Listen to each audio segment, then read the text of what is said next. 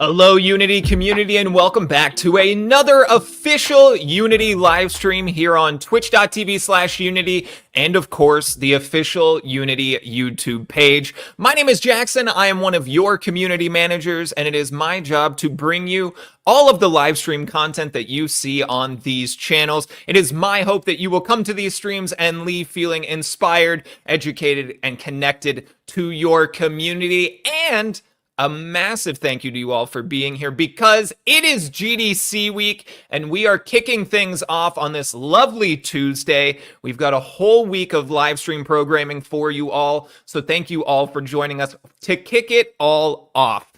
Please, as always, if you are watching live, let us know where in the world you are tuning in from. GDC is a wonderful opportunity to celebrate not just the Unity community, but also indie game developer community in general. We've got a star-studded cast for you all today. We'll be introducing you to, of course, Code Monkey, but not just Code Monkey. We've also got Elisabeth from Queensguard and Anton from MY.GAMES. Today's stream, we will be diving in a little bit here to the 2025 Unity Gaming Reports, discussing some of the biggest trends in gaming for the year. Again, if you are watching live, please be aware that this is a conversation and we will be chatting with you all. I am here to connect you all, lovely community, with our guests. So, of course, just be aware that this is a conversation. We want to hear your questions. We want to see your comments. We want you to be a part of this conversation. If you are watching after the fact as a VOD on YouTube, take a look down at that navigation bar, as we will have chaptered it off, and you can skip ahead to any of the trends that most appeal to you, that pique your curiosity, or any of those types of things. So again, thank you to everybody for tuning in, for watching live or watching after the fact. I'm very, very excited for what we have planned for GDC, because we have this stream right now.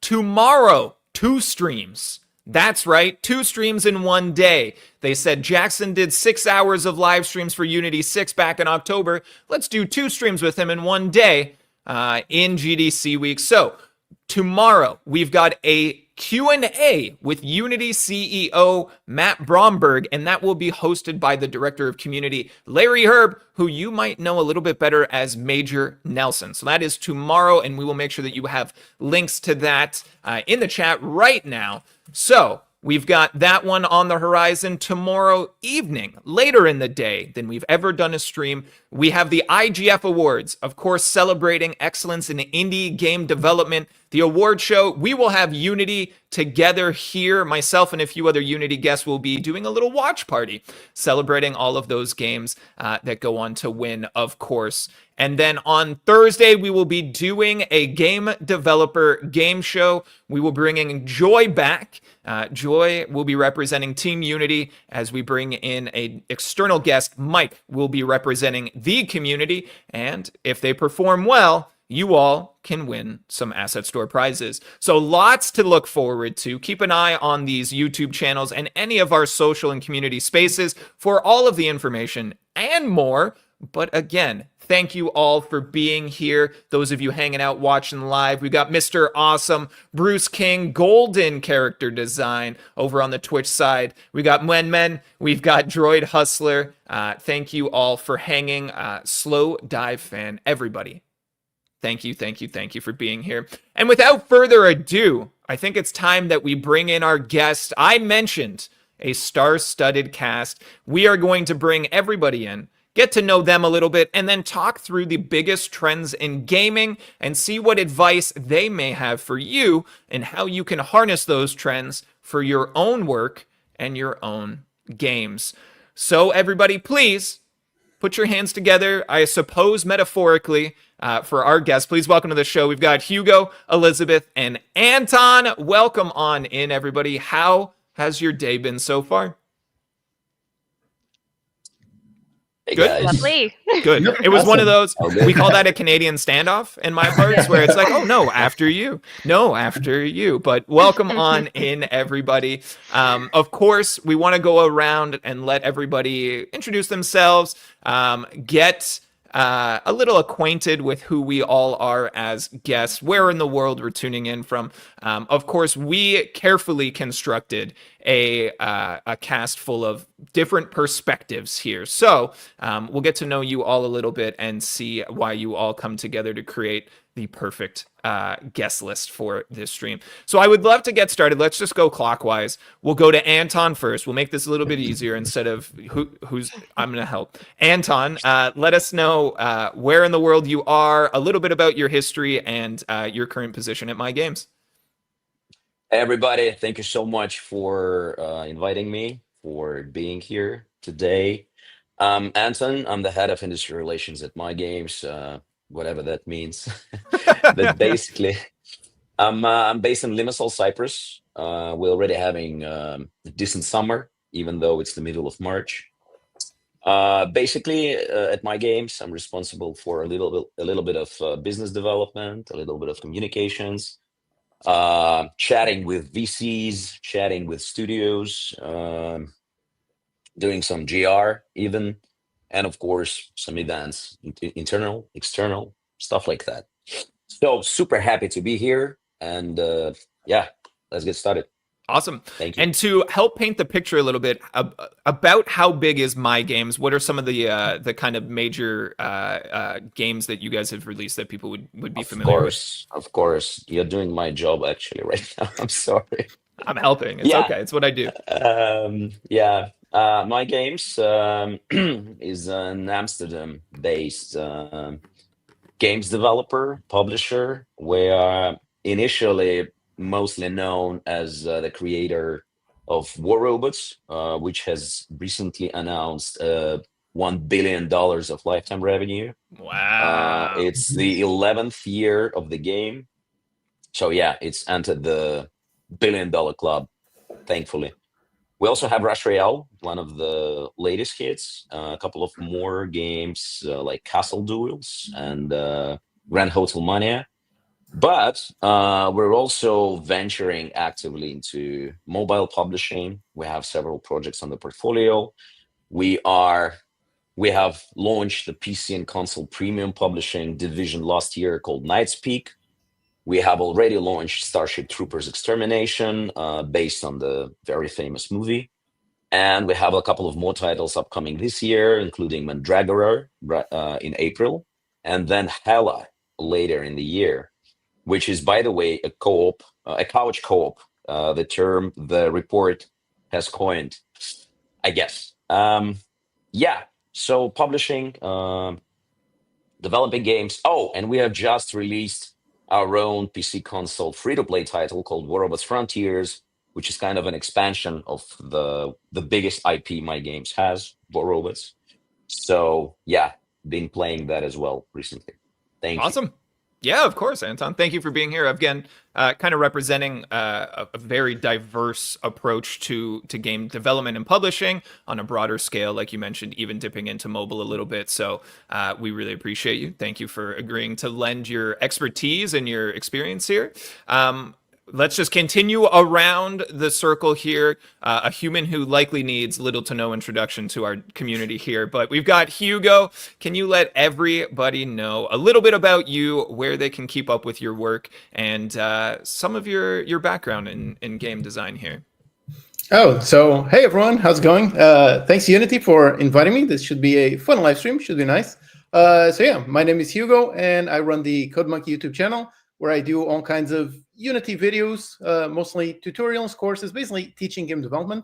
And the thing that I teach is based on my own personal experience. So I've started using Unity back in 2012, I think. Back then was Unity 3.5, so that was quite a long time ago. Yeah, back then I started making Steam PC games, basically just solo development. So it's just myself making my own games.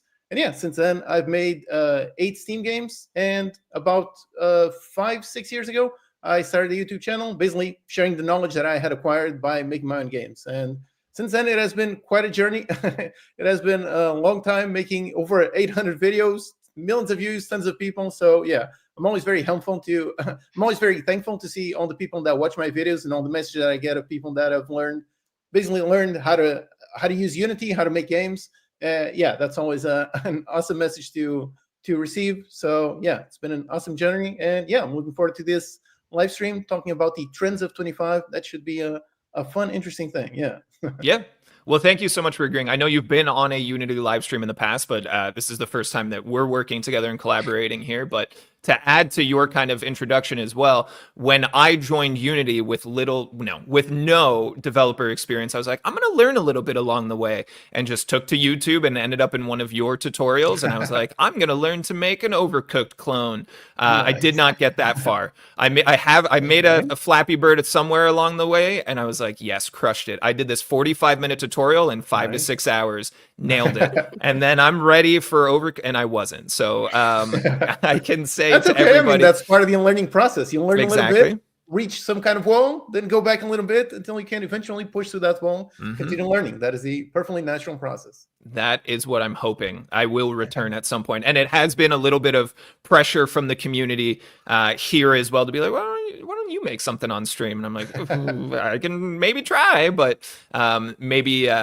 maybe something for the future. I also want to say a thank you to everybody from Code Monkeys community who I know has already popped in and joined us here. If you're hanging out, if you're familiar with Code Monkeys work, please let us know that you're in the chat, like Cardinal saying best teacher, and the Bull saying you've been an awesome teacher. So we are grateful to have you here. And to round out this motley crew, last but of course never least, we've got Elisabeth. How are you? Where are you? Tell us a little bit about yourself.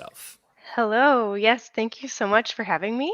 My name is Elisabeth. I'm based in Montreal, but I grew up in St. Louis, Missouri. My background is a little bit different. I started as a playwright in theater way back when. Wow. And have moved my way through the arts into games as now a narrative specialist. Currently, I am the producer and narrative director at Queensguard. We're a team of 5 based remotely around the world working on games for impact projects. Additionally, I am the founder of Studio Lazulite, a narrative development studio, and I serve on a variety of nonprofit boards like Baby Ghosts and the Science Fiction and Fantasy Writers Association. Can you give me that last one more time? Because that sounded fancy and really, really impressive. One more time. The Science Fiction and Fantasy Writers Association. It is a mouthful. SIFWA, as we say it. Oh, is that how we abbreviate it? SWIFWA. Yes. Yes, so they're in charge of the Nebula Awards. So there were games that were nominated for that recently. Very cool. And I'll be honest, relatively familiar. And then I watched Mythic Quest, which I'm sure I don't need to tell more people about, as we are largely talking to game developers. But then whole episodes based around the Nebula Awards. So I knew it even more at that point. I felt like I really understood it. So Elisabeth, again, thank you for joining us and rounding out our group here. Again, we've got relatively large, we've got solo dev, we've got small team dev. So I think we all carry our own kind of unique experiences and perspectives on this report. Anton, your colleagues actually contributed to the report as well, as this report does, of course, bring in insights from people around the industry. So I'm really, really excited to dive into this. So I think with that, we should just get started here with a little bit of an overview of the Unity Games report.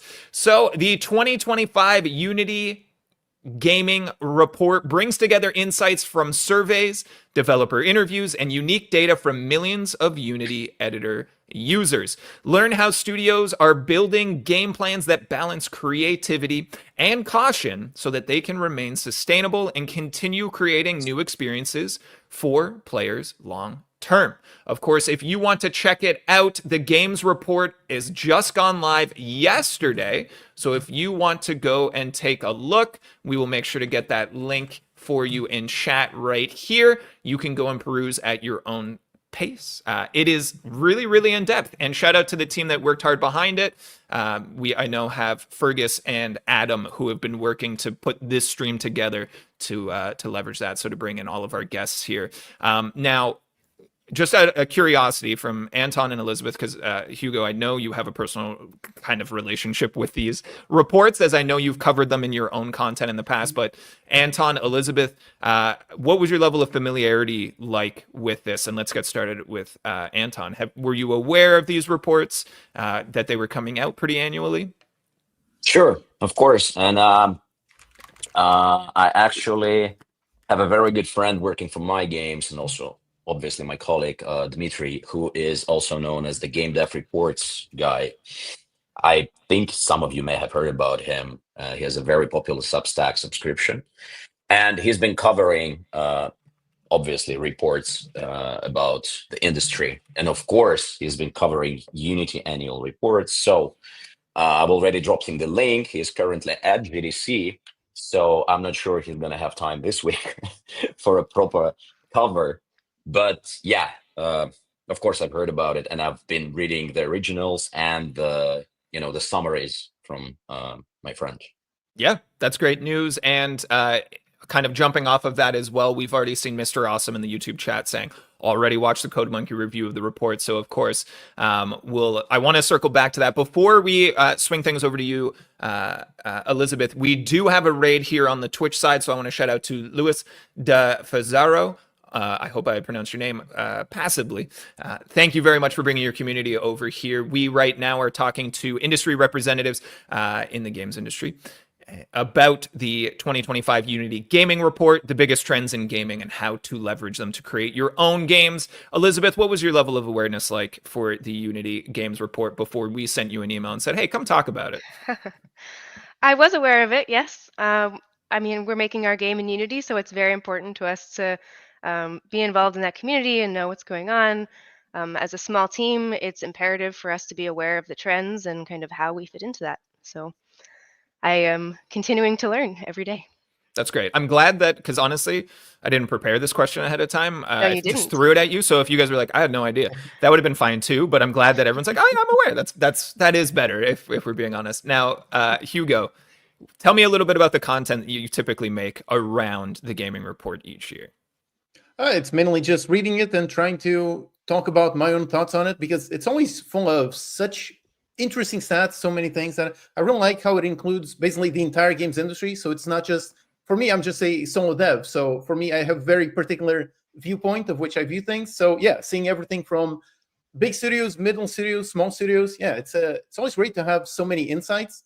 And yeah, so basically the videos that I do is normally me going through the report. It always has a ton of stuff, so I can't cover everything. I just cover basically my highlights. And yeah, basically talking about things from my perspective as a solo dev.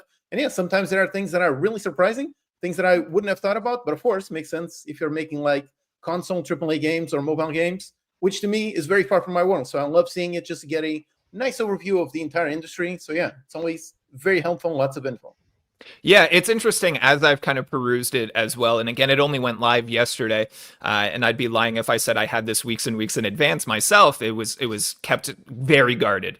But some of these you're like, oh, I could totally see that. But then also the ones that you're like, that seems like a no-brainer. But I didn't think of it this way. It's really interesting, like you said, to get the unique perspective of so many different people sharing their experiences and their thoughts about the current state of game development and the future of it, which I'm excited for. At the end of the stream, we're going to ask you guys to predict the future. So get ready for that.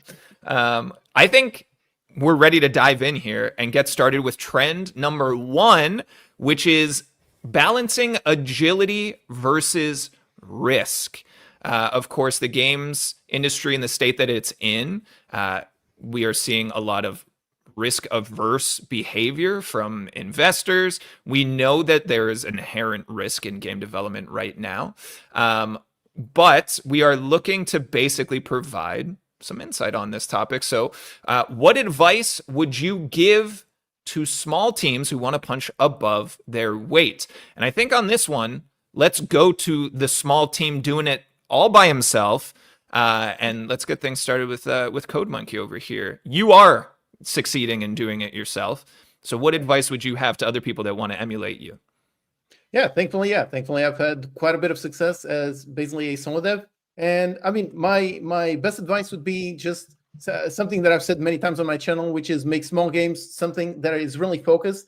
Because yeah, if you try to compete with something like GTA as a solo dev, again, that's my point of view. If you try to compete with that, you're not going to be able to. So it's going to be really difficult to try to compete in terms of just sheer content. But the good news is you don't necessarily have to. So you can minimize risk by just making smaller games, more focused games. And actually, Steam is really awesome at being able to give opportunity to all kinds of games. So there are every single year there are games in pretty much every single genre where they find quite a lot of success. Some games have like 50 hours of gameplay, other games have like 10 hours, 2 hours. So yeah, you can find success with a lot of things. And my advice in general for minimizing risk is, first of all, make small games, and secondly, make something that is somewhat interesting. So don't try to compete on just sheer scale. Make something that is smaller, more focused, that provides an experience that many other games cannot provide. So yeah, for example, GTA cannot provide the experience of like, for example, simulating a supermarket, which was one of the massive hits on Steam last year. Supermarket Simulator made something like $27 million. And yeah, that is something that is completely separate from what you would find in something like in the AAA industry. So yeah, I would say go smaller and try to focus on very specific niches, very specific ideas. And if you go for that, and if you make specifically smaller games, just because by being smaller, it reduces your risk, since if you spend only 6 months making a game, then you don't need to sell as many copies to make a profit, as opposed to if you spend 5 years making that game. So yeah, that is why I'm a huge fan of making smaller games, just because personally for me, as a solo dev, that seems to be the best option to minimize risk. As you make smaller games, you can spend less cost, which allows you to get a profitable game to allow you to continue doing this for the long term. It is much easier. And at the same time, if you make, for example, in 2 years, if you make 4 games, 4 6-month games, as opposed to just 1 2-year game, then basically you've got 4 chances of making some kind of game idea that finds an interesting audience that allows you to find success, as opposed to just 1 game, you just have 1 chance. So yeah, in general, that really is my best advice. Smaller games, focused games. I think that's the best way to manage risk. Love that. Love that. Thank you. Thank you. Elisabeth, with a team of 5, how are you aiming to punch above your weight? Yes. I think for us, what's super important is finding our community. So we're a Games for Impact studio. So we're really focused on building those connections, having those emotional conversations with our community of audience, but also finding other developers. So there's 2 pieces of this community aspect that I'm trying to find the words to express. Public facing is something I find a lot of indie studios, very young indie studios, which we are, put off until it's too late. And by finding that external community to support you, you're able to get feedback. They're also able to maybe offer advice, point you to other communities. So you're able to support each other in a way that it feels very isolating otherwise. The other piece of that for me personally is I'm here at GDC right now, which is not an opportunity that everyone is able to experience. But finding other developers who have like-minded values and goals has been absolutely life-changing for us, because we're able to share the knowledge that we're gathering. We're building Discord communities. We're online all the time talking about things. We're inspiring each other and coming up with new ideas. And without that, I think honestly we'd be really lost. So that would be my biggest piece of advice. And you know what?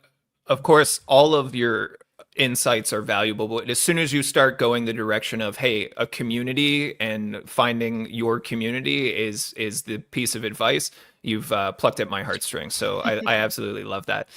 Anton, as someone existing in a larger company, if you were to look through your own lens and give that advice to someone, maybe a solo dev, an aspiring small indie dev, what advice would you give to them to kind of shoot for the stars?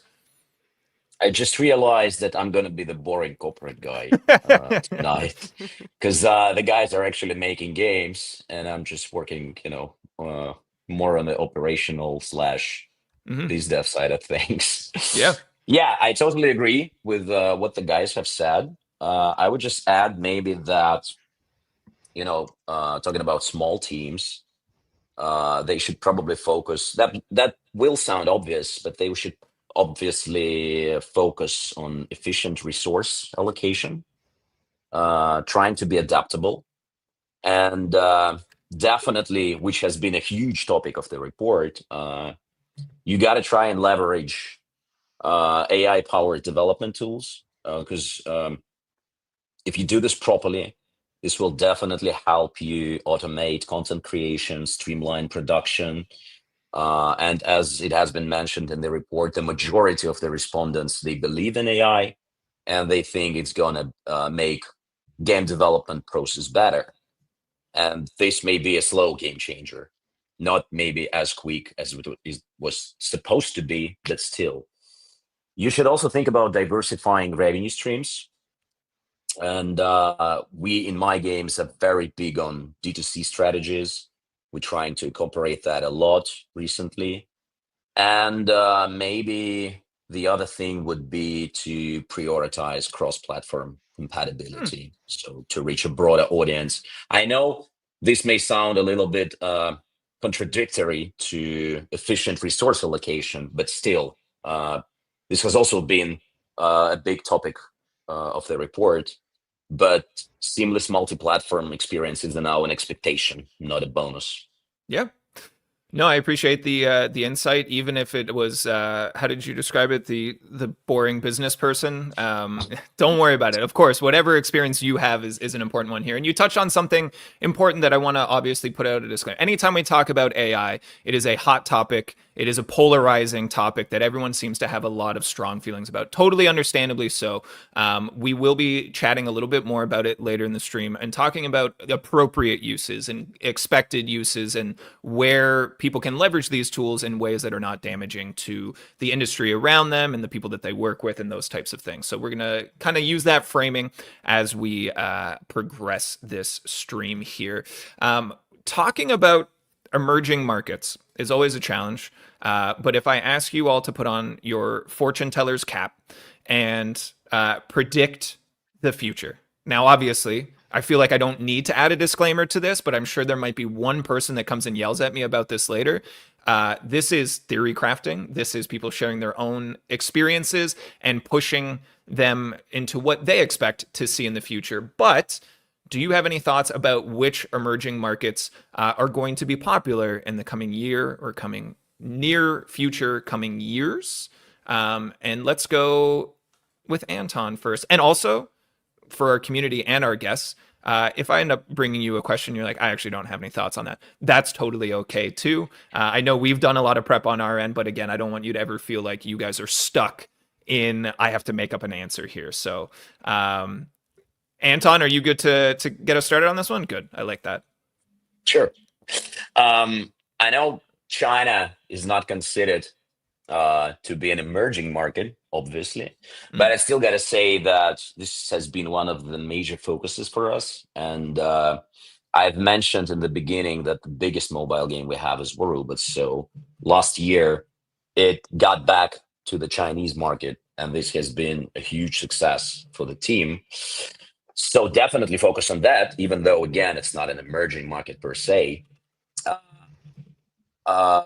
Otherwise, Asia Pacific region is leading currently in game experiences, in the mobile adoption, even in the revenue per user. So definitely think about that. And this would not be something new, I guess, but consider launching and adapting for Latin America and MENA. I'll be going to Abu Dhabi this April, and we have an office there, and they have been very active in the gaming industry for the last several years. Mm-hmm. So, yeah. Yeah, I think, not necessarily underutilized, but it's something that has only come to light in my world in the last year or two. But the international market in Saudi Arabia they're pushing to games. They're going for it, and we saw it as recently as acquisition of Niantic and Niantic properties, Pokemon Go and that world being shifted under Scopely, and that kind of acquisition. So it is interesting. Throwing things over to Hugo here. Any thoughts on where these opportunities might lie? Yeah, in terms of emerging markets, I don't necessarily know any specifics. I did read the report, and apparently Latin America is on the rise. So that's awesome. That's cool.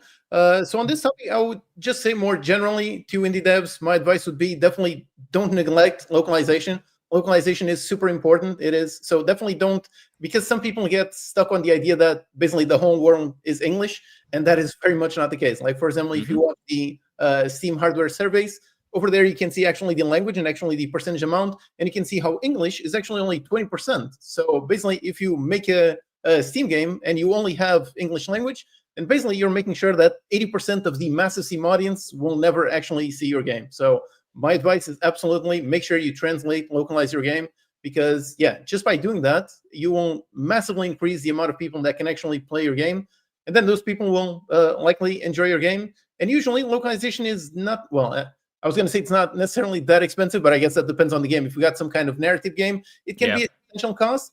But if you've got some kind of like action game, management game, then usually localization is a relatively acceptable cost. And again, it's a cost that is likely worthwhile considering how you get access to 80% of the entire remaining audience of Steam that is non-English. So absolutely do not neglect the localization.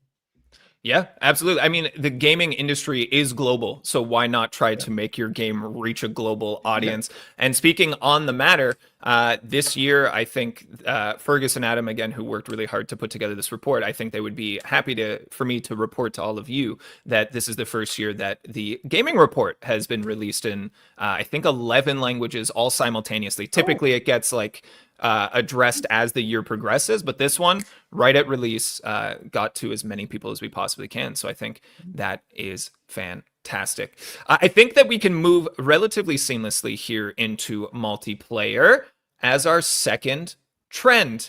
Multiplayer. We speak it's so broad, and I would like to get a little bit more detailed about it here, especially because it's one of the things that I love most about games. Multiplayer can mean so many things to so many different people. We've seen it change over the years. I would like to start relatively broad. Why do you think social gameplay experiences are important today? And I think that can be, I think it's intentionally a little ambiguous, but important to you, important to the industry, important to your development. Who wants to get started? And if not, I'll just start. I'll be like that teacher in class that's like, no hands. I'm just going to pick on a kid in the front row. But Hugo, what if we throw down to you on this one? You feel good about it? Sure, yeah. I mean, multiplayer is always super important. People love multiplayer games. So multiplayer is actually, in terms of game development, it's kind of like a cheat code in the sense that almost any game you make is almost always going to be better with friends. So if you make a game multiplayer, chances are people are going to enjoy it quite a bit more. So that's the positive. That's great. But then on the other side, making multiplayer games is also very much, let's say, high risk and high reward, because if you make a multiplayer game, then you need, especially if it's multiplayer only, then you need enough people in order to actually have an active player base so that people can actually play your game. That is what is known as the cold start problem, where basically if you have 0 players, then your players are going to see, okay, this game is dead, so they're not going to buy it. And if people buy the game, then there are fewer people playing the game, which leads to fewer people and so on. So that is a potentially very dangerous negative path. But on the upside, if people start playing, then people are like, okay, I'm going to invite my friends to play with me, which then leads to more success, more things, more people playing your game. So yeah, it can be very much high risk, high reward. So if you're a fan of that, then that can be definitely a positive. And I would also say that thankfully nowadays the tools are actually really excellent. So back then, like 10 years ago, I remember I tried implementing multiplayer in my very first Steam game. And back then, yeah, there were pretty much no tools whatsoever. So I remember that I had to like manually send bytes across the network, manually parse those bytes, then try to parse those bytes as being like some kind of transform position, and trying to cast data all over the place. Yeah, that was a mess. It was extremely difficult. Whereas nowadays, you've got things like netcode for game objects, which literally in like 5 minutes, you can have a network connection fully working across the internet, synchronize a transform, literally just attach a component and everything is synchronized automatically. So yeah, in terms of tooling, things have improved quite a lot, which is also something that I saw in the report, which is how quite a lot of people are making multiplayer games, and more specifically, quite a lot of 1 to 2 people studios. So very small studios where previously, like 20 years ago, you basically had to have a massive team in order to even try to get to multiplayer. Whereas nowadays, thanks to the awesome tools, yeah, even very small studios can do multiplayer. And of course, it's always going to be a little bit more complex as opposed to just making a fully single player game. But that complexity nowadays is not, it's not going to be 10 times more complex. It is going to be, let's say, 50% to 2 times more complex. But yeah, thanks to the tools that exist nowadays, it is a very viable path for pretty much studios of any size. So yeah, multiplayer, very important. Players love it. And thankfully, it is easier to make. So yeah, great option.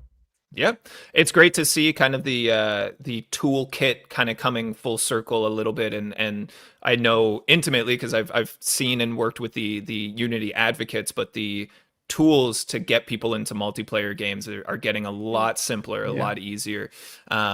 Elisabeth, I want to turn our attention to you on social gameplay experiences and the importance of them, and any of your own. I mean, again, we can talk about the work that you're doing, but also you as a gamer, as someone who's playing games, whichever approach works best for you. What are your thoughts? Yeah, absolutely. I think multiplayer games are crucial to the industry as well as just people, right? We love Hmm. having fun. It's a social activity. It's how we're able to relieve stress. We're building relationships, and we're able to be our authentic selves, right? Take Hmm. risks, make mistakes. And if we're not able to open up and be in those situations, I think that I'm not really sure why I'm making games.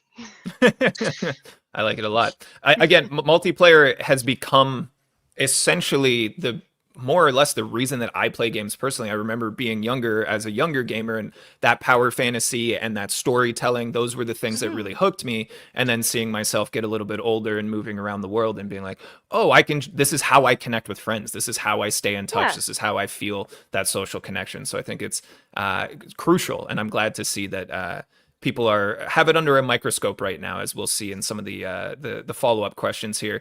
Anton, the importance of social experiences in gaming. Tell us a little bit about your thoughts on it. Yeah, I totally agree with the guys, and the major reason is that it's just more fun. We've been playing so many hours at Helldivers too with Mm, my friends. Like you can gather uh, for the whole day. We just did that last Sunday, and you could spend like 4, 5, 6 hours, and that's so much fun. So many local memes are born, and you know, way more fun than just sitting on the couch alone. Which is actually sometimes I feel a little bit guilty because the backlog keeps growing. Because whatever you have the chance to play with the guys, whatever Helldivers 2, Marvel Rivals, or even Warlords Frontiers, our own game. We play that as well. And then you just can't refuse, right? You just can't go like, nah, I'm gonna go play some single player narrative based thing. And then you wait, you spend the whole day just screaming at the monitor because mhm. of of the some team based gameplay thing. Yeah, but also obviously multiplayer games are potentially way more profitable because the community is bigger, and then it's way more streamable because yeah, I'm not the one to tell you about this. Mhm. Yeah. No, it's great.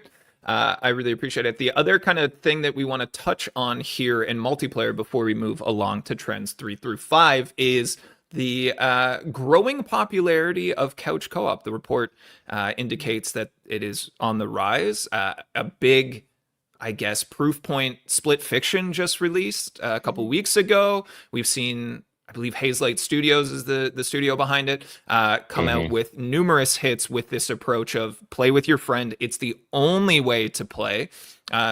Anyone have any thoughts or considerations around why there might be a growing popularity in coach co-op?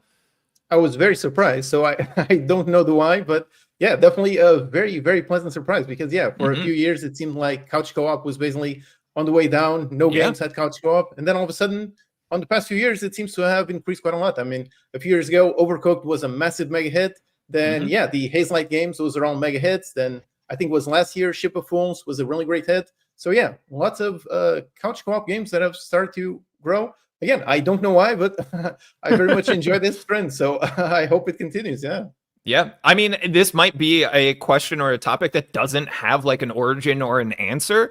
It could just be, hey, some people started to make them, they started to be more successful, Yeah. and more people decided to hop in on that. I'm grateful. I'm always looking for this style of game. Does anyone else have any thoughts about it? Elisabeth or Anton? Elisabeth, I see you Yeah. nodding. So if we can hand the reins to you on this one. Yeah.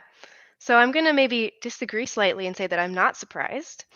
I think for me, my theory here is that this is what we're seeing a return to more diversity in games.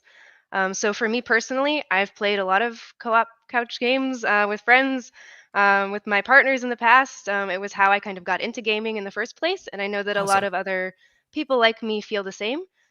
So I've worked on a couple indie projects that are um, puzzle co-op games, kind of like Portal. We're in development Yeah. on a couple projects like that, and everyone that has play tested those with me, all of my community has been super enthusiastic, and I'm really excited to see that because I do feel like for a while I felt like that was missing in the games that I was able to play and I wanted to play, and so I'm really excited to see this trend coming back. Yeah, me as well. I feel like we all had to shift to distant multiplayer games, right, in the Hmm. pandemic, and that was a challenge. And then, I mean, games take a long time to make. I don't know if there's something to it that like people saw, okay, we need an opportunity to bring people together and started making them in that moment. But either way, like I said, I'm grateful. Anton, co-op games, couch co-op, cooperative experiences. What are your thoughts here?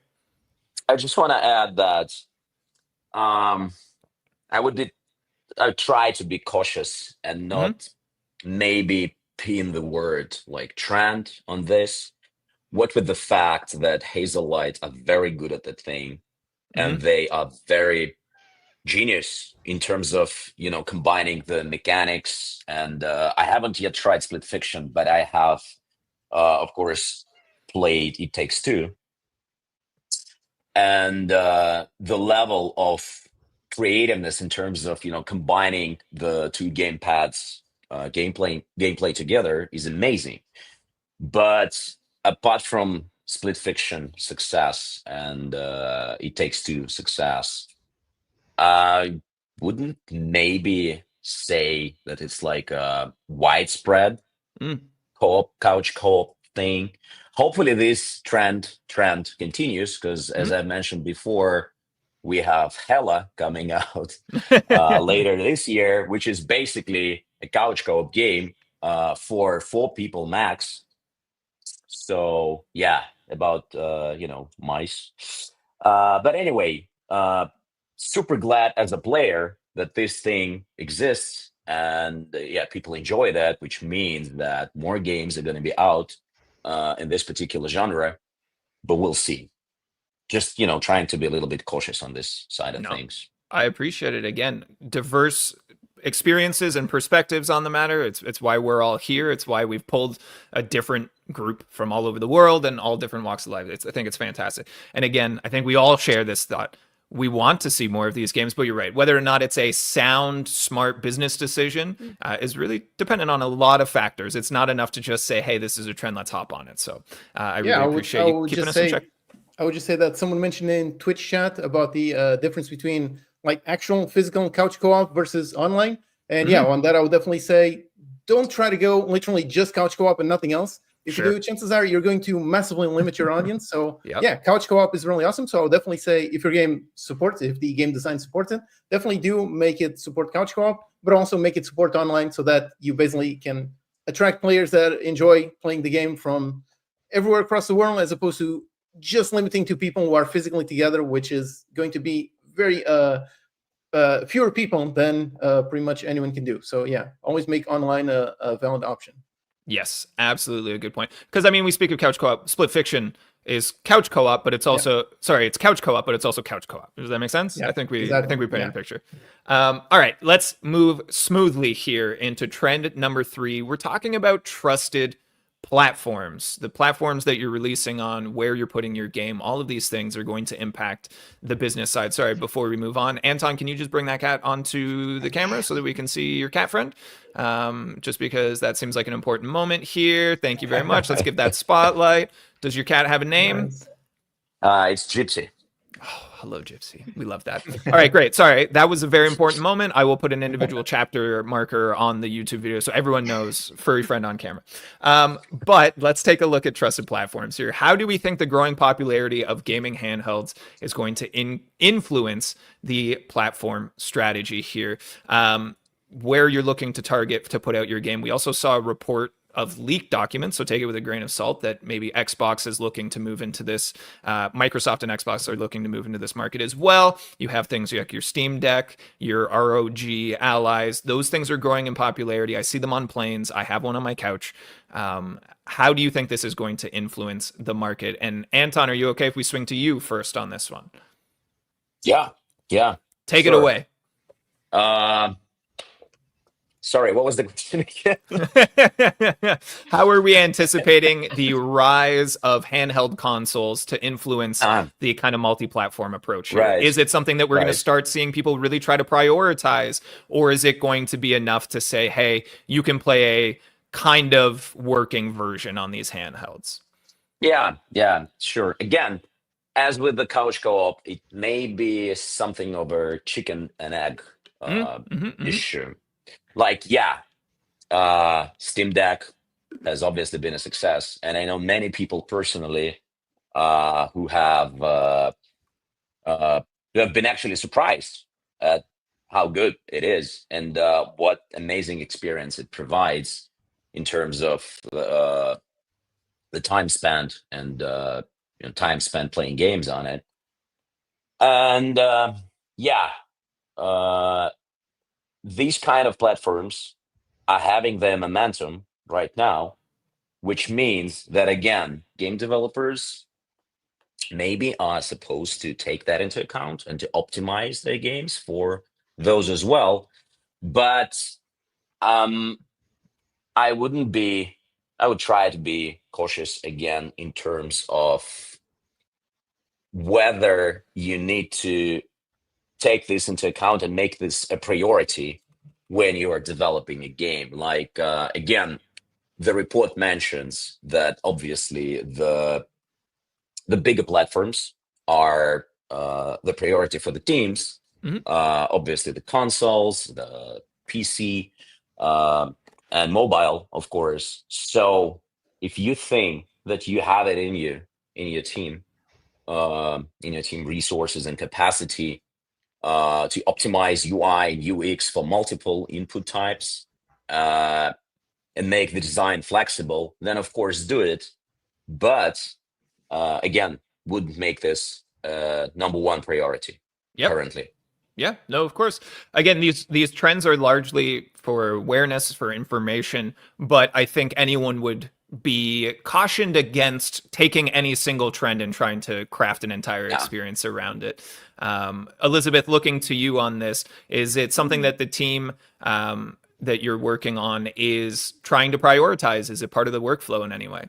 It is actually. I think handheld is a really interesting new opportunity for finding new audience members. So for us, of course, I've said this a few times already, we're focused on bringing in diverse players and audience members who maybe don't feel like they have a place or are feeling maybe some intimidation by some technology, right? So I think we see this in the cozy gaming genre, and the communities being built around that. And there's it's just a really where am I going with this? I've found thinking about the audience and which platforms the people we're trying to reach are on is really important as a small team, right? So we have limited resources. And for us, we've made the purposeful choice to focus on this because we feel that that's where our audience is. And so I don't know about like long-term trends, if this will be sustainable or not, but that's definitely the direction that we're going in right now. Yeah, again, I think being able to reach and meet your communities where they are and kind of having that insight to the markets that you're looking for, I think is going to definitely be a guiding force. Hugo, what are you thinking? Are handheld gaming platforms going to influence the way that you make your games? I mean, I definitely agree that you should meet your players where they are. So if more players are preferring to play on handheld, then that sounds like a great bonus. So in general, the more ways that there are for players to play your game on whatever device they want to play, because like you can't really convince, for example, a mobile-only player to get on Steam to play your game. So if a player only wants to play PC games or only wants to play mobile games, if you want to attract that player, then you have to have your game supported on the actual device. So try to do that. And thankfully, one great thing is how Unity is actually pretty great at multi-platform, how you can literally just build your game once, change the target. I mean, of course, you have to modify DUI, DUX, those kinds of things. You have to adapt it to the platform. But in general, yeah, you can just make your game once, just change the build target. And yeah, very easily. Like, for example, for my last game, Dinky Gardens, I actually made it playable on the Steam Deck just because it was very, very simple. I mean, the game was already playable with the gamepad.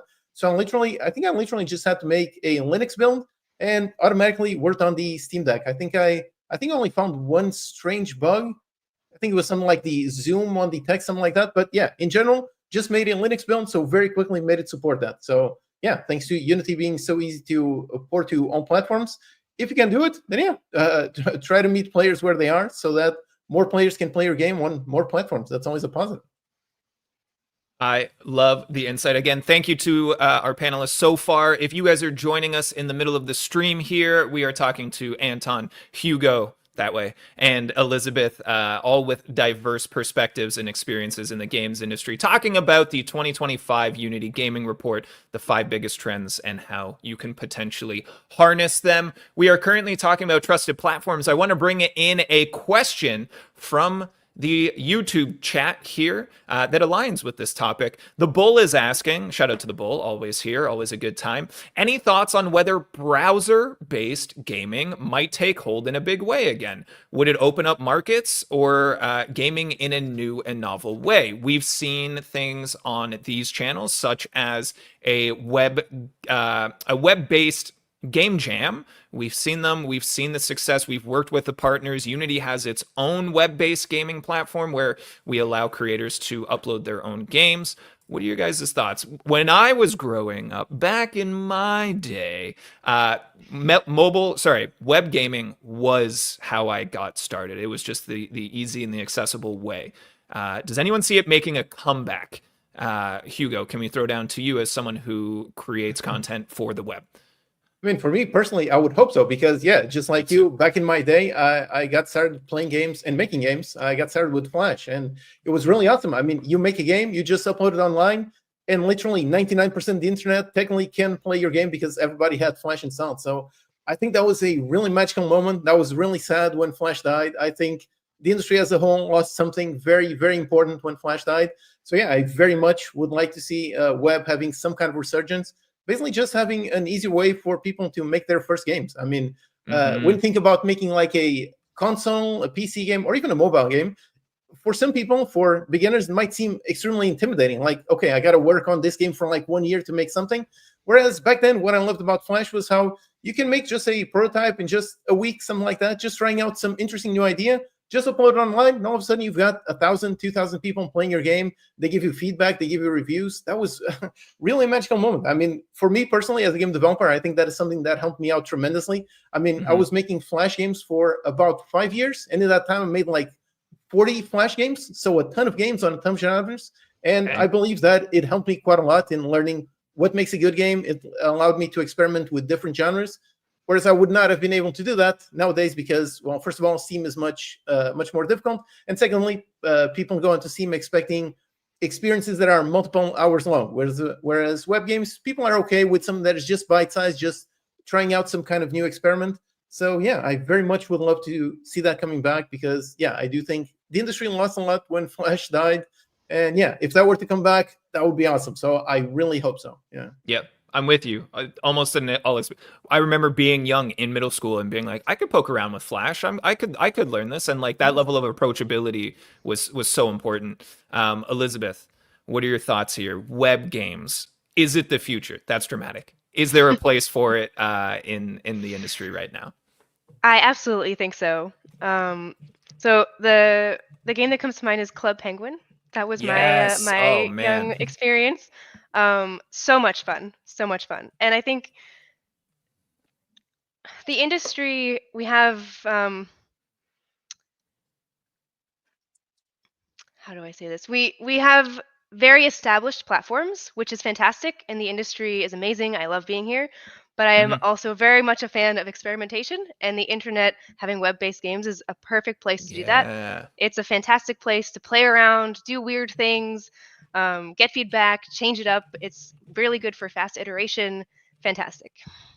Yeah, I like it. And like you said, the experimentate in quick, and it's kind of similar to what Hugo was saying as well. The opportunity to experiment, try different things, throw it out there, and kind of move quickly. I feel like lends itself well to the web platforms. Anton, what are your thoughts on web-based games here? Yeah, definitely try it out and definitely take this into account. We do this. We are actually successfully implementing D2C through web-based strategies. We have ported all the major mobile titles from our portfolio to the browser. We have our own platform for that. So yeah, the reasons for that are kind of obvious. Not sure we even need to discuss them here, but yeah, lower distribution costs definitely, um, direct player engagement, and just maybe some problems, some issues so far with the lack of discoverability and maybe some technical performance limitations. Mhm. But I'm pretty sure this is not going to be a problem in a year or two. Mhm. Uh, Way more updates and technical improvements are on the way. So yeah, I'm thinking web-based gaming will have its renaissance, Awesome. renaissance. Yeah, Honestly, either one works. It nice. is something that we've seen, like you mentioned. Like, sure, you're limited. Certainly, you cannot put a 300 gigabyte game into a web experience. Yeah, That's not going to work. But seeing what people are capable of in web experiences, we sat down last fall with a team called Pajama Kasama, and they've created a game called Kasama the Awakening, if I'm not mistaken. And the level of stunning graphics was incredible for a web experience that you could just literally roll into, click two buttons, and you're on and you're ready to go. It is impressive to see what we've got going on here. I do want to be cautious of time. We have about 30 minutes left in the stream. We have a couple more trends to get to and then kind of closing thoughts. So I want to make sure that we're getting through it. So I'm going to try and reduce the questions that we ask, and maybe we can try to keep our thoughts very direct to the point right now, because we're moving into trend number 4 here. We've got game size. And again, this is, I think, also a little bit of a broader topic, in that game size can mean your team size while creating, game size while releasing, the world within games. So let's get started here with the first question being, beyond the time investment required from players, how do you see games getting bigger? Speaking generally about the experience itself, where do we think that we can kind of expand or anticipate seeing that growth and expansion? Hugo, I would like to toss to you on this one. I know you tend to keep your game experiences small, but in what ways can you bring a bigger feel to a smaller game? I mean, the best advice in terms of solo devs, indie devs, is really to try to embrace things like procedural generation. Like roguelikes have become massively popular in the past few years, specifically because of that, because you can get actually a massive amount of depth despite not actually having to produce that much content. It kind of goes back to what I said on the first trend about efficiency, minimizing risk, which is, as an indie dev, as a small team, definitely do not try to compete with something like GTA 6. You won't be able to you won't be able to build a world of that size. But if you use some procedural generation, if you use it carefully, like so many games have used to so much success, then yeah, that can make a small game feel much, much bigger. So that would definitely be my advice. Embrace that to basically allow your game to seem bigger without having to actually spend the resource to make something that is 100% unique every step of the way. Just add a bunch of randomization, do it properly, and yeah, it can find quite a lot of success, and players really like it. Yeah, I'm right there with you. I think that the number of games that I've been pulled into that I'm doing mostly the same thing with small changes over and over and over again, it's many hours. It speaks many hours of my life away. But I like that a lot. Elisabeth, I know that your team's trying to tell bigger stories and make bigger impacts in that way. What way do you see games getting bigger? Yeah. Well, first of all, I love the procedural generation aspect of the response before. I think that's, as a small team, a very useful tool. Finding ways to implement in the game itself choices and new possibilities so that it's replayable over and over. The project that we're working on right now is linear at the moment, so it's story based. So something that I think that we're really passionate about is developing that story beyond just this first game. So we're really establishing an IP here, and that's going to be something that our community will be able to remain with us, build that with us, and experience it together.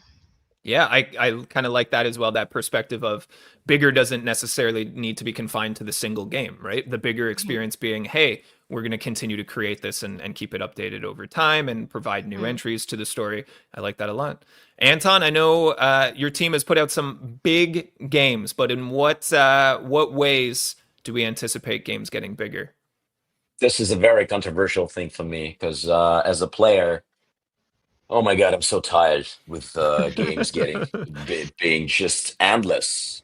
I Yeah. know from the business side of things, it makes all the sense. You got to expand, you got to do live ops, you got to update the content constantly for the players, to stay in your game. And I appreciate what our own teams are doing. I especially appreciate Arrowhead guys for constantly updating Helldivers 2. So shout out to them. But I would also like to thank Elisabeth and Hugo for just making small games that are, streamlined and narrative based. Because as a grown up, with some kind of a social life and work and some other stuff to do in sports, Jesus, just let me play a game of 30 hours would be enough, and then get back to it 5-10 years later. That would be okay. But to get back to the question, since from the business side of things, you want to do your game bigger, you want to create more complex worlds, you want to allow for bigger content updates. Once again, as we have already discussed, implementing AI in terms of content generation and live ops, it will definitely reduce development costs, which will in turn help the teams out with making more content. And then multi-platform is obviously a trend. So you got to think about that, making sure that the players can play your game on different platforms in different ecosystems, again, with as much content as possible. And of course, you got to think about live service models. You got to expand them. You got to ensure long-term engagement and thus revenue. Yeah, I totally agree, and I hear what you're saying. A 30-hour game would be great. I'm in the middle of playing like a massive sprawling RPG, and I'm up to 60 hours of time, and I'm like, oh Jesus. I'm having fun, I'm enjoying it, but I would love to have finished 3 games in the same amount of time and just had those different unique experiences to kind of spread. Before we move off of the game size topic, as gamers, not necessarily creators in this space, what is your preferred length of game time experience? Let's go to Anton and then go around the other way. Anton, Hugo, Elisabeth, what do you think? 30-40 hours, please. Yeah. Not more. Yep. Thank you. No problem. Also, Hugo, what do you... go back. Yeah. Sorry. You're While we at it, would be very much appreciated if you allow the player to save progress at any given time instead of, pushing him back 15-20 minutes of progress in terms of the narrative in case he didn't have time or they didn't have time to, save the current progress. Yeah. So once you start the game again and it's like, hey, remember those 20-30 minutes you've done last time? Wiped. Yeah, I'm with you. I feel like restricted save points used to be a necessity. I think they can still be an interesting tool in like horror games where it's like, well, have fun. That's going to be just as stressful this time around. But I'm with you. I totally understand. Hugo, what is your ideal game time as a player of games? Yeah, for that, obviously, it's going to depend on the game genre, the game thing. Like games that are more sandbox can be quite a bit longer. Games that are more story focused, that have a start and an end, I prefer them to be smaller. So I would say, I don't know, in general, for like really massive AAA games, yeah, about 30 hours at the max, sure. Mhm. And for some Steam games, yeah, if it's an interesting, unique experience, if it is different, if it provides me an experience that I haven't experienced before, then yeah, even some like 5 to 10 hours, that I'm more than happy with. So yeah, it can really go all the way. So it kind of Yep. goes back to the same efficiency thing, which is don't think that you have to, especially your small games, they don't have to have 30 hours of content. If it's like 10 hours of really good content, players are definitely going to enjoy it. Yep. Yeah. I mean, honestly, some of my favorite game experiences have been 4-hour game experiences. That being said, while my preference is lower, that doesn't necessarily mean that I'm not sinking hundreds of hours into certain games as well. We have our producer saying that they're about 70 hours into Stardew Valley, and I think that's one of the games that it's like, yeah, you can clock about 200 to 300 hours without batting an eye in that one. So it's again like, while my preference might be lower, I know that there are some games I have hundreds of hours in. Elisabeth, playing games, how much time do you want to spend in an ideal world? What's your preference? Yeah, I definitely, I think, have a very wide preference. So I love games like No Man's Sky. I've been playing that for almost Oh. 10 years now. So never gotten tired of it. But I very much empathize with the idea that I am an adult now and I have limited time. So I absolutely love indie projects that are like the 5 to 8 hour mark. That's something that I can do in a weekend is absolutely perfect. And then I have my favorites that I keep coming back to. Yeah, of course. Especially like some of them get that continuous update, but sometimes there's just a feeling of a nostalgia that allows you to return to a game without batting an eye at it. What I'd love to hear from you all in the chat is what is your ideal amount of time for a single game experience? And of course, there's a million asterisks. There's a million qualifying questions and considerations, but just generally speaking here. And while you all in the Unity community share that insight with me, we're going to move on to trend 5 here. We're looking at efficiency. We're looking at keeping things moving quickly. So I think just due to time, let's talk about the subject that we've mentioned a number of times and we want to speak very cautiously about. I know, like I said, AI is a polarizing topic.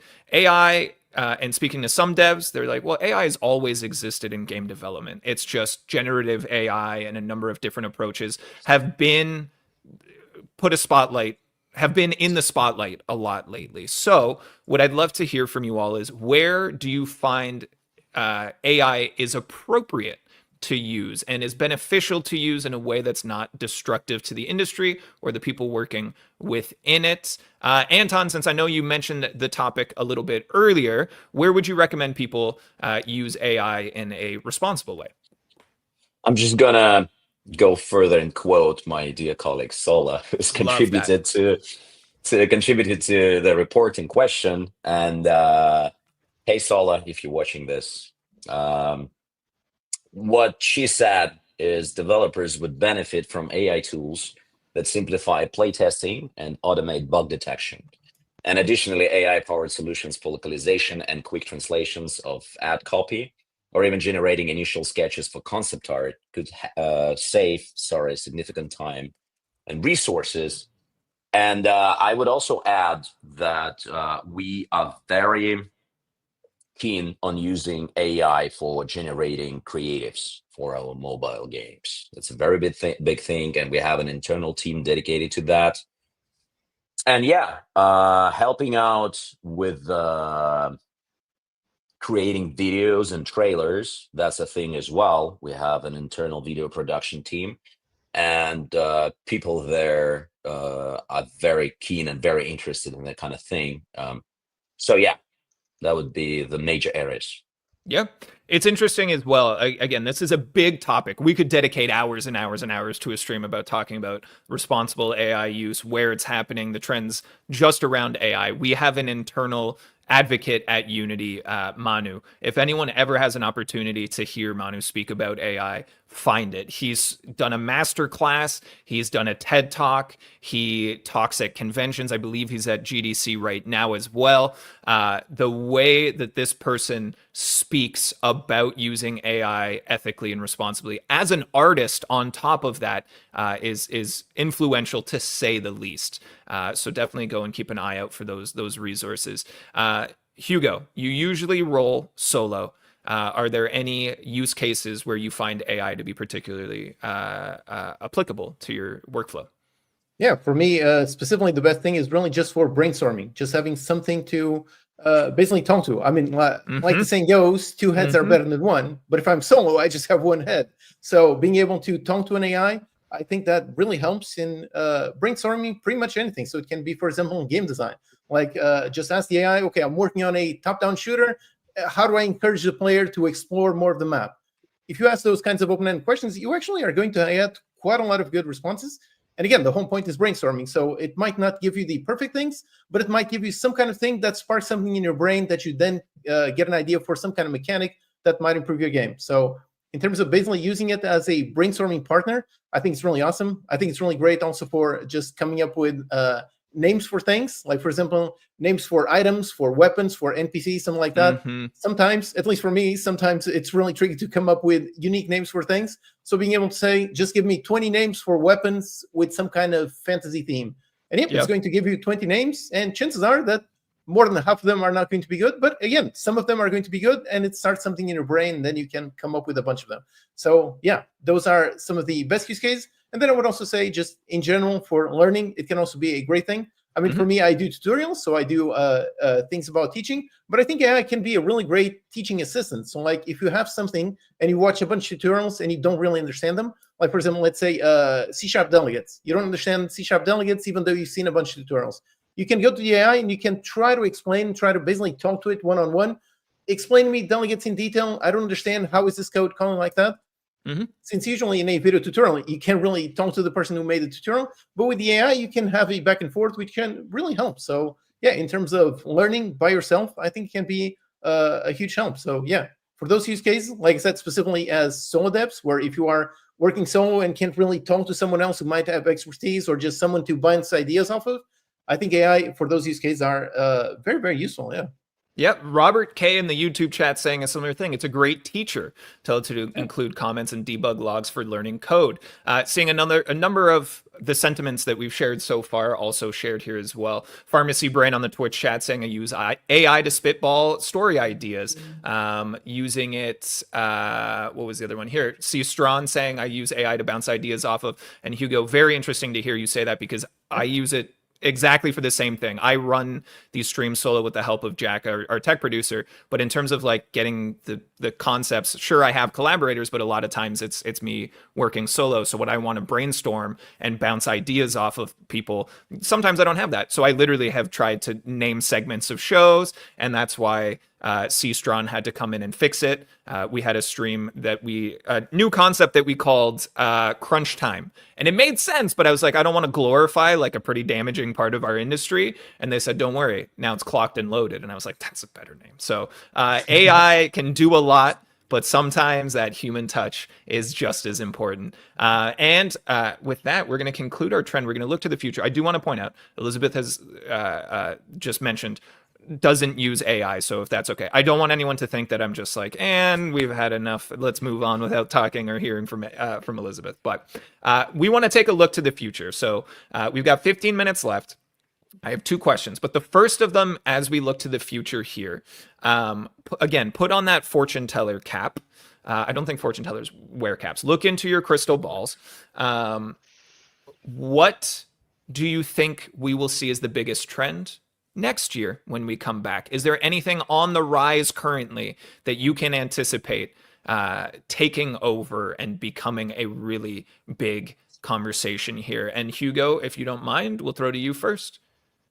I guess my answer is perhaps a little bit boring, because I think it's going to be more of the same. So like the main trend, I would say, is going to be efficiency. At least for me specifically, solo indie devs, small indie devs, I would say efficiency. That is kind of the trend that is going to continue being the trend for many, many years. So yeah, I would say get better at using your tools, try to make games as efficiently as possible, make small games so you can make them, you can have better chance of finding success or multiple chances within the same time frame.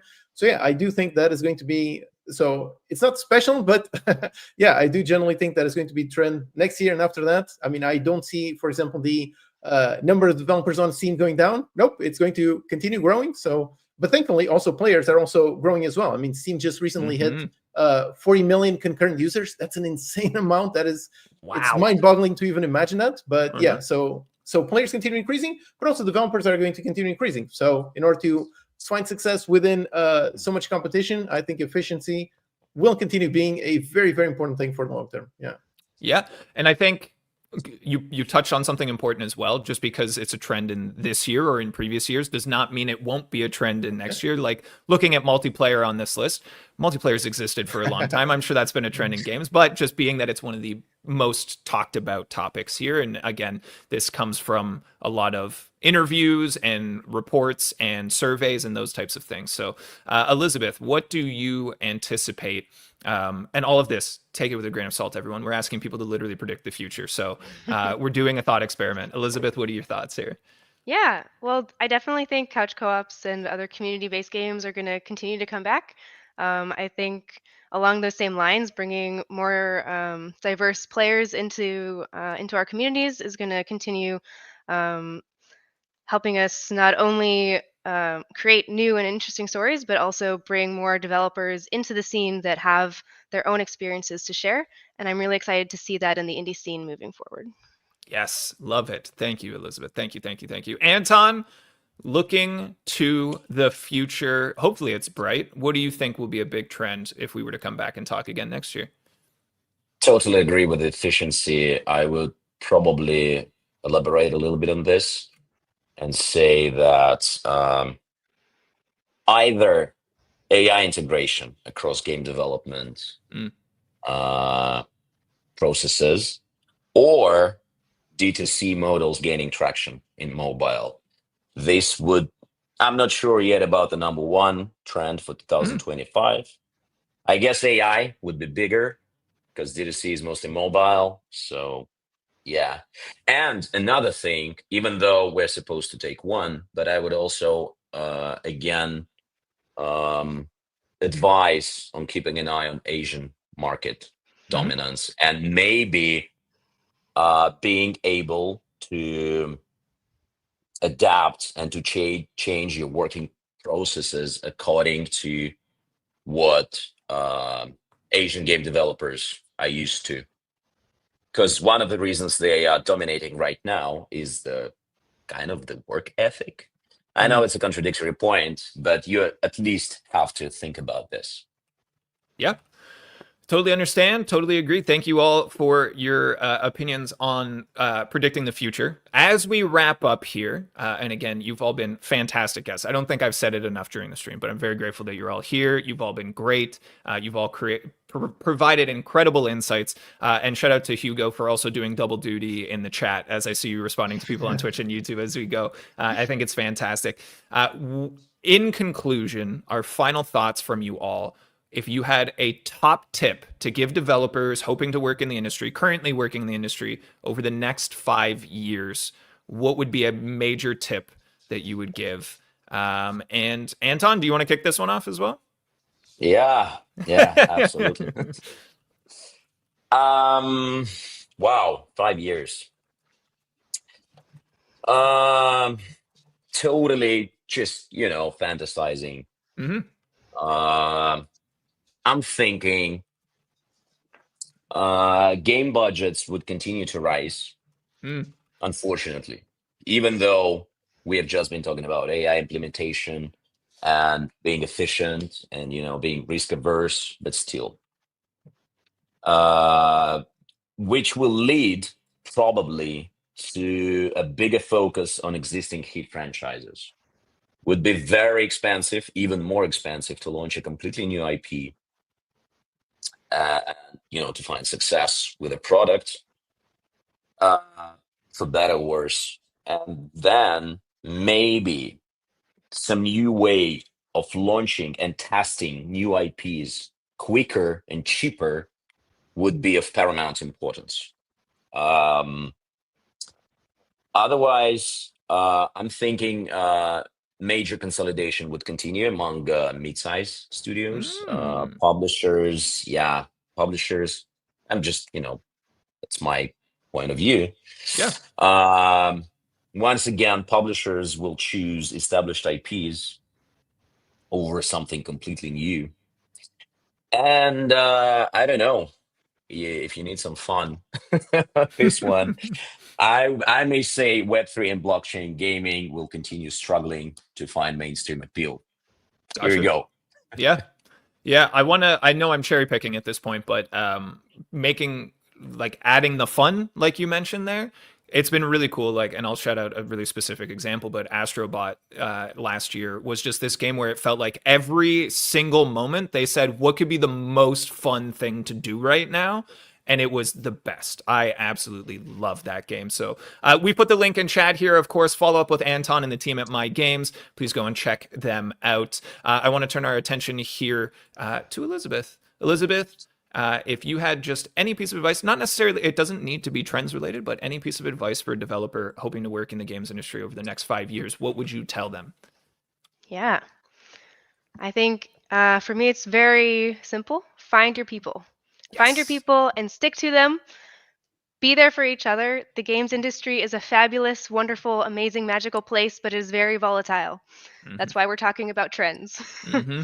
So if you can find fellow developers that share your same values, that are interested in making the same types of games that you are, that you can build partnerships with, other communities you can build partnerships with, I think that's, for me, that's what I'm trying to do, and that's what I would also advise others. Yeah, again, that community being a part. We talked about multiplayer and how the focus there seems to be pulling people together and connecting them all. So, of course, finding your group and finding the team that you can rely on most. Absolutely great advice. Thank you, Elisabeth. And please, we've put a link in chat here, Unity community. Please check out Elisabeth's work at Queensguard. We've got that link for you all there as well. And last, but of course, never least, Code Monkey. If you had to give people advice, which I'm sure you do very consistently, but what do you think would be a key takeaway for people in the next 5 years in this industry? Well, my advice is probably obvious based on what I do.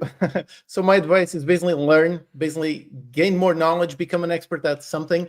I know nowadays there are a lot of people that are concerned about AI taking over jobs, taking over things. And I still feel that being an expert at something is something that is still very, very far away from being replaced. So if you become very good at something, whether that be programming, art, game design, sound design, visual effects, whatever, I think experts are always going to be in demand. So that is why I'm a huge fan of learning. I'm a huge fan of learning new things, improving the things that you already know. So basically, I don't know, maybe I'm too biased based on the things that I do, but I'm a huge fan of learning. Me personally, I love learning new things all the time. So yeah, I would say basically having a desire for learning, I think that is something you can never go wrong with. So always try to gain more knowledge, try to become better at what you do, maybe try to gain some other skill. Yeah, just try to learn all kinds of things. And I feel that is going to serve you very, very well for the 5 years and beyond. Just constantly have a mindset of always trying to learn, always trying to become better at what you already know. If you do that, I think you will do very well. Love that. I think what you know and what you can do is what's going to make you irreplaceable and make you very, very valuable and very employable. I want to, of course, extend a massive thank you to everybody here. Anton, Hugo, Elisabeth, thank you for spending the time here with us. Elisabeth, I know you're literally at GDC right now, so thank you for going out of your way to make sure that you're here. Thank you for sharing your insights, your knowledge, your experience. It's all been incredibly valuable. We appreciate your time. I hope that the Unity community also has found this interesting and valuable in its own right. But again, I can't extend a big enough thank you to you all. We really appreciate you being here. Thank you. So thank you guys. Of course, we'll say goodbye to you all now. Don't go anywhere because I'll pop in to say goodbye to you personally after here. But again, Unity community, if we can give a round of applause here, digitally, metaphorically, whatever it may be, to our guest. Thank you guys again. And with that, we'll say goodbye.